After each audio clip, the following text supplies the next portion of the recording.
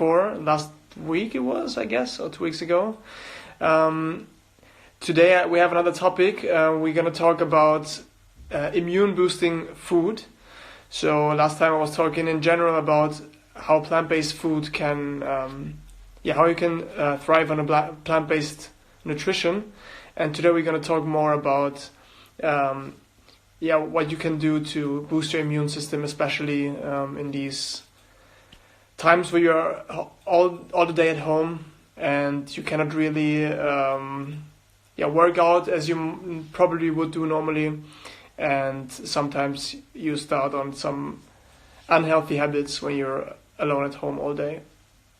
So I've prepared some questions and answers, of course, to it. Questions I always get asked, so I thought I'd just go through them, because most probably these are questions that you are also kind of interested in, I guess.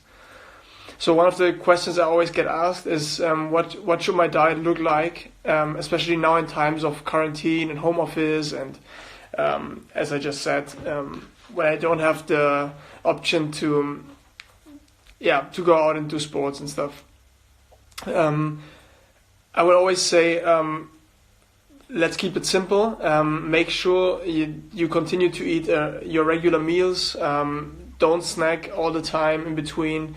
And if you do, try to get healthy snacks like nuts, fruits, dried fruits, and but there are also like the classical snacks we know, like chips, chocolate, cookies. You can always find more healthy options of them as well. Like there is sugar reduced chocolate, there is chips which are not deep fried but baked, for example, sweet potato crisps and stuff like this. So just check it out. The organic stores, but also the normal retail chains nowadays have lots of alternatives there already.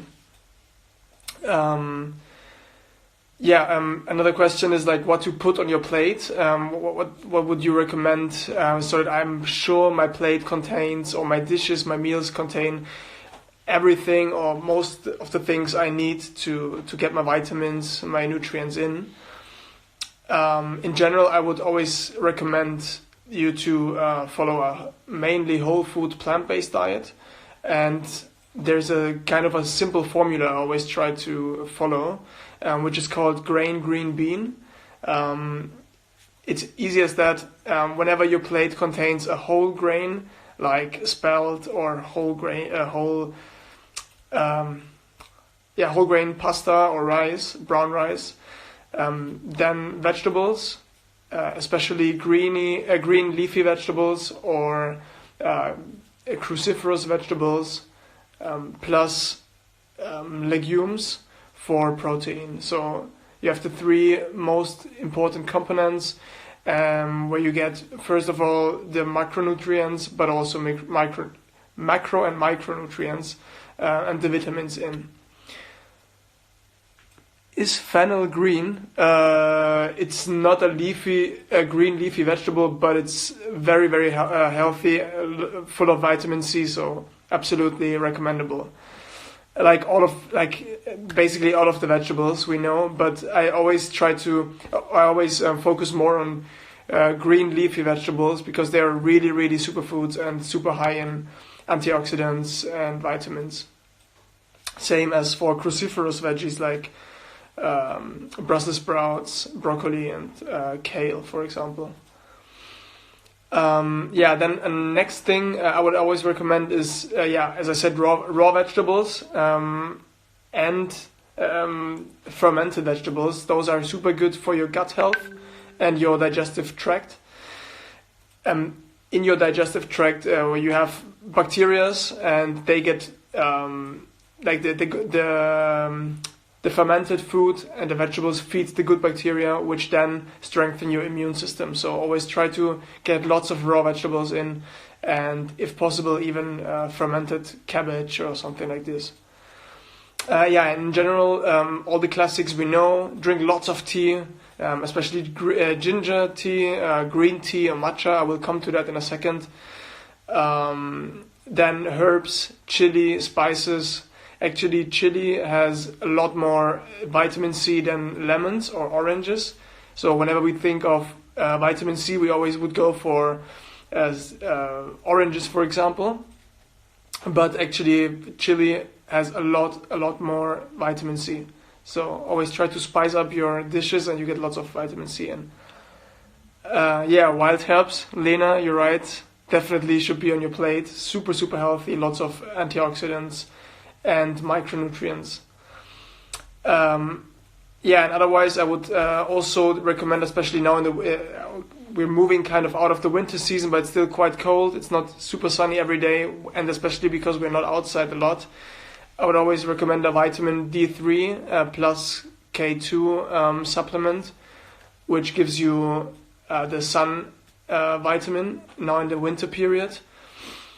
And depending on your diet, there are some other things you could supplement, like omega-3, for example. Especially we in Western Europe, we don't eat lots of fish, and so I would always recommend a supplement of omega-3 that is sourced from algae. And then of course don't forget about fiber. Fiber as well nourishes the good bacteria in your gut and strengthen your immune system. So I would just go for the next question. Whenever you have any question, just let me know, and we can keep this interactive. So another question is always, what do you think of superfoods? Are superfoods necessary? Are they just super expensive and they don't have any other added value? I think first of all we should define or clarify what's a superfood exactly. And I was actually looking for a definition or something. There's no super fixed definition for it, but in general you could fix 4 points. One of it is superfood should contain more of a certain nutrient than normal food. Secondly, it should be as natural as possible. The best way would be organic or wild growth. Despite the meaning that everyone thinks superfood must be expensive, it shouldn't be. Absolutely not. It can be, but it must not be expensive. The same goes for if it has to be exotic and it has to be from somewhere super far away. Absolutely not. We have also lots of superfoods here in Central Europe, like oregano, parsley, broccoli sprouts, sauerkraut here in Germany. These are absolute superfoods. We just don't market them as that, but they are super, super healthy. What do superfoods do actually to support the immune system? They are, of course, absolute antioxidants. They are full of antioxidants, anti-inflammatory, and support our organs with detoxification. And the superfoods contain lots of, I'm not 100% sure whether you say that like this in English, but full of secondary plant substances, in German sekundäre Pflanzenstoffe, that provide you with lots of nutrients, power, and can even have healing effects. So in some traditional medicines, like in China, they use them for treating illnesses. I would. You mentioned matcha earlier. Yeah, perfect. I was just about to say it actually. Where do I buy matcha? It really depends. There are lots of different brands out there. I've tried a lot. My favorite actually from the quality and price quality ratio is from Attila Hildmann. I don't know if you know this guy. He's a vegan chef from Germany, and he's doing some products since a few years. So his matcha is really, really, really good. It tastes good and has a really good quality. Otherwise, I could not really recommend another one because I'm really happy with this brand. But just do some research online, and also in the organic stores like Dents, Alnatura, you can find matcha. But I get mine online actually at the moment. That brings me to the next question. what are the absolute best superfoods, or the top 10 superfoods, I would always put matcha number one, absolutely. Of course, you have a bit this controversial thing with matcha. That is, of course, not a product that comes that is locally sourced and that we can get from here. Unfortunately, it only grows in Japan. So why is matcha so good? Matcha is the food with the highest ORAC value. What is ORAC, you might ask? ORAC is a value that they have established some years ago to measure how high the antioxidant value is. So what kind of healing power it has. So the higher your ORAC number, the better or the higher the antioxidant power. And matcha is by far the food with the highest ORAC number. So it has, for example, 100 times a higher ORAC number than normal green tea, which is also a super good superfood. But matcha is a lot higher in antioxidants. So I would always recommend that. Plus, always, if you sure you will drink matcha hot, and hot drinks are super good for our immune system as well, especially at the current times. And then, as I said before, green leafy veggies, grasses like spelt grass, for example, moringa, garden herbs, parsley, basil, and algae like spirulina or chlorella. Then, as I said before, also cruciferous veggies and raw cabbage. Garlic is a super big and nice superfood, full of antioxidants and kills all your bacteria, the bad bacteria. Almonds are very high in healthy fats and dietary fibers and very high micronutrients. So I would always recommend to eat like a handful of almonds every day. Same goes for pumpkin seeds. Pumpkin seeds, for example, out of all the plant foods, pumpkin seeds contain the highest amount of zinc and are very rich in magnesium and have a really good protein. Grape seeds are super healthy. If you buy grapes, please always make sure to buy grapes with seeds and not seedless grapes. They are low in sugar and also super high in secondary plant substances. And always try to chew the seeds. I know it's not really nice. It doesn't taste amazing, but it's super healthy. And then, as I said before, we have foods that grow here as well, like berries, which are super high in antioxidants as well. The berry with the highest antioxidant is goji berries, and I think they can even grow here in Germany. I think my mother once planted those. I'm getting a question.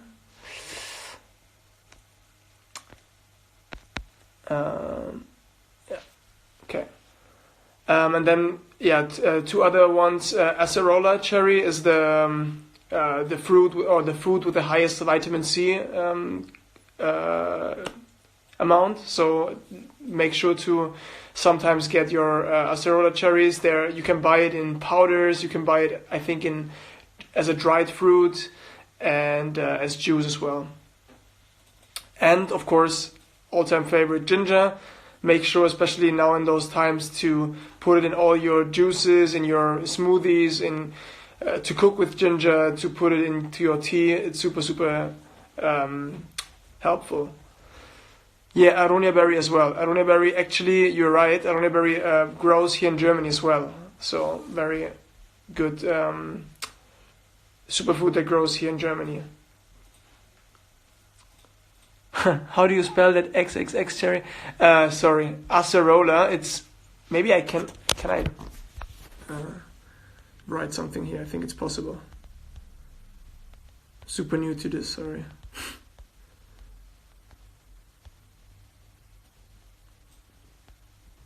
Yes. Hope that answers your question. Can you see what I've typed in? Okay, perfect. Yeah, if you don't have any further questions regarding this, I would go to the next question, or actually something I prepared. I thought, what could I do to make it more easy for you to maybe switch from your current habits to more healthy habits. So I propose something like, what should I eat versus what should I avoid? So we just talked about the superfoods. You can replace, or you should replace as much as possible, processed food and junk food. Sure, you can always have a small amount of your diet consisting of processed food, but try to replace it as much as possible with real food and with superfoods in the best, will be the best way anyway. Then all the snacks you normally get, like biscuits, crisps, sweets, cakes, chips, everything like that, try to remove it and replace it with healthy snacks, as I said before, nuts, dried fruits, which are super high in complex carbs and sugars, and can you can get rid of this sweet cravings through eating healthy sweets. Then replace refined sugar. Refined sugar weakens the immune system enormously, provides no real nutrients, but lots of bad bacteria and calories, but your body doesn't really get energy out of it. So it's kind of really unnecessary and toxic for our bodies.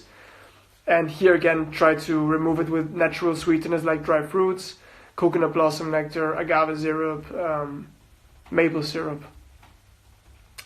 Then soft drinks, sugary energy drinks and stuff like this.